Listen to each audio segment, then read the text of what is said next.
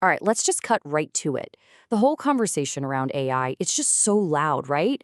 It's emotional. And honestly, a lot of it's just not true.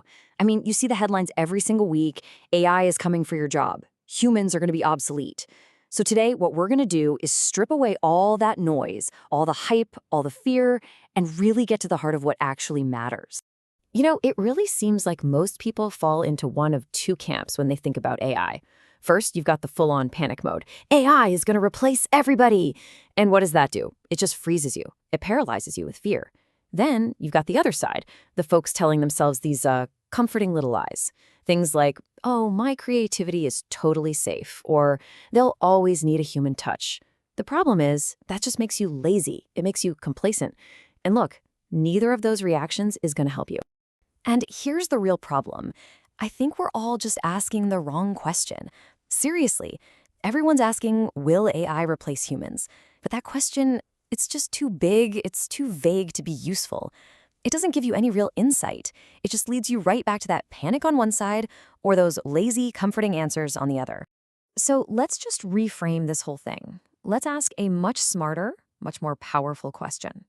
How about this? What can't AI replace? Yet. And, this is the most important part, why? Because that why, that is where all your leverage is. That's what tells you exactly where you need to focus your skills, your energy right now. Okay, so as of right now, there are 3 specific skills that are, let's call them protected. And it's not because humans are magical or special, it's because these skills live right at the intersection of accountability, uncertainty, and meaning. And those 3 things, they are incredibly difficult to automate. I mean, AI is basically a prediction machine, but these areas, these are its blind spots. These are its limits. So what are they? Well, the whole framework for staying relevant, for being indispensable in this new world. It all boils down to these 3 skills. And here they are: judgment, taste, and meaning. Now, I really want you to notice that key phrase on the slide, protected for now. That is so important, because the people who miss that little distinction, they're the ones who are going to get left behind. So let's break down exactly what each of these means. All right, first up, judgment. So what is this really? This is the skill of actually owning a decision. It's about choosing which way to go when you don't have all the answers, when the stakes are super high, and when being wrong, well, it actually costs you something. So let's be clear. Judgment isn't just about being smart. It's something more. It's the ability to pull the trigger, to act decisively, even when things are uncertain. And, this is key, it's about being the one who absorbs the consequences of that action. It's about taking on the risk yourself.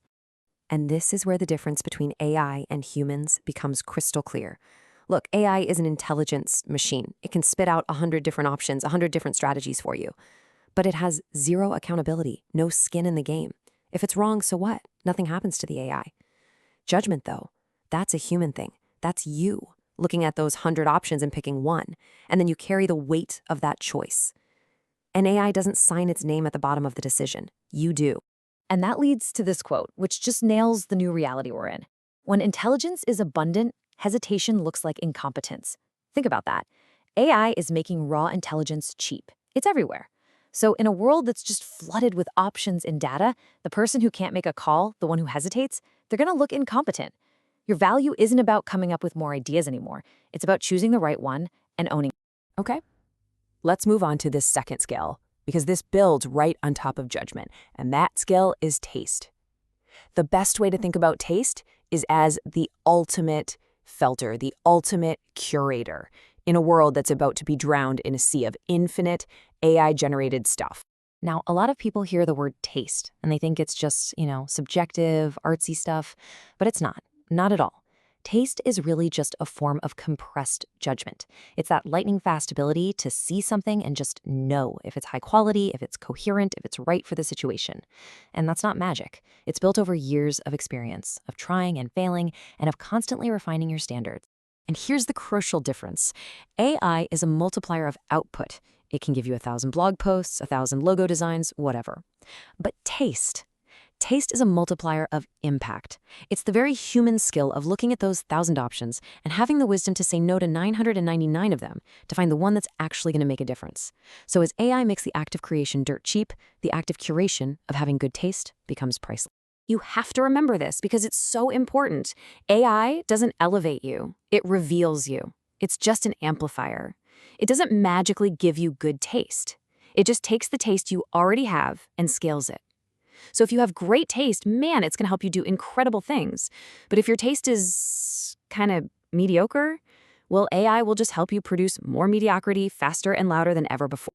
And that brings us to the third and honestly the most important skill of all, and that is meaning. This is that uniquely human skill of connecting all the dots, of taking information and tying it to a bigger purpose. It's about answering that one simple, powerful question. So what? Why does any of this matter? Look, an AI can give you data. It can give you explanations. It can even write a story. But what it can't do is create real meaning. Meaning, that's what happens when we humans take that data and we mix it with our own interpretation, our own intentions, and our own values. That's how you turn a pile of information into a mission. And this is why this is becoming so critical, right now more than ever. AI is making information basically infinite. Nobody is starving for more data points. What people are desperate for are leaders, creators, thinkers who can take all that noise and frame it into a story that makes sense, a story that has meaning. And why can't AI do this? Well, it's pretty simple. It doesn't have any values. It doesn't have a point of view that it's willing to fight for. It takes no responsibility for anything it says. And at the end of the day, an AI cannot believe in something. That's up to us. That's our job. Okay, so we've covered the 3 skills. Now for the big question. How do you actually use this? What do you do? Because the goal here is not to compete with AI. That's a losing battle. The goal is to command it. And here's your roadmap for how to do that, for how to become indispensable. I want you to really let this next idea sink in because it's everything. The AI is not going to make you irrelevant, but it will make the unexamined you irrelevant.